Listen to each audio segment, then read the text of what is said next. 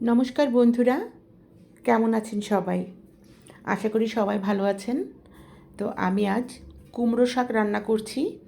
সেজন্য গরম তেলের মধ্যে আমি কাঁচা লঙ্কা আর রসুন থেতো করে দিয়ে দিয়েছি। তারপরে ধুয়ে রাখা কুমড়ো ডাঁটাগুলো দিয়ে দিচ্ছি। এখানে ডগা পাতা সমেত আমি দিয়েছি। আর এই কুমড়ো পাতা খুবই পুষ্টিকর একটি শাক।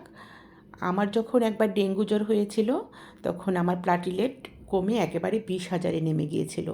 তো ডাক্তার আমাকে বলেছিল যে প্লাটিলেট যদি বাড়াতে চাই তাহলে কুমড়ো শাকের ঝোল খেতে হবে।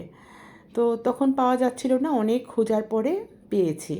তো যখন আমি 17 দিন পরে এই আধা কাপ কুমড়ো শাকের রস খেয়েছিলাম, রান্না করার পরে যে ঝোলটা হয় সেটা খাওয়ার পরে সকালে আমি ব্লাড দিয়েছি, বিকেলেই দেখি আমার 20,000 থেকে 40,000-এ উন্নত হয়েছে।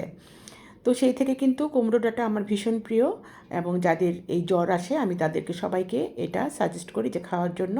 অনেকে হয়তো জানেন না, শারীরিক দুর্বলতায় ভোগেন, তারা কুমড়ো শাকটা খেলে তাদের প্লাটিলেটটা বেড়ে যায়, দ্রুত রক্ত বৃদ্ধি হয়।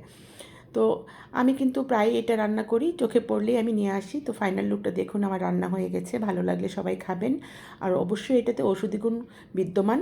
ভালো লাগলে লাইক কমেন্ট শেয়ার দিয়ে পাশে থাকবেন, আবার সবাই খাবেন এটা। ধন্যবাদ, নমস্কার সবাইকে।